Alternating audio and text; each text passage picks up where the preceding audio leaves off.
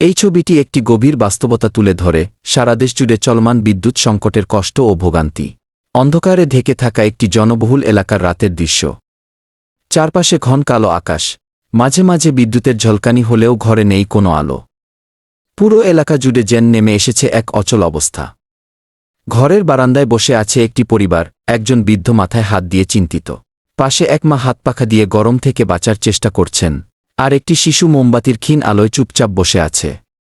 তাদের মুখে ক্লান্তি, বিরক্তি আর অসহায়তার ছাপ স্পষ্ট।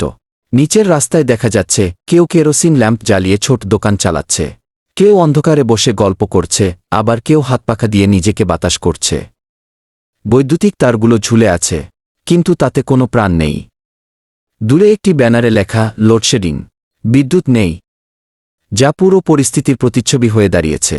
এই দৃশ্য শুধু একটি পরিবারের নয়, এটা পুরো দেশের সাধারণ মানুষের প্রতিদিনের সংগ্রাম।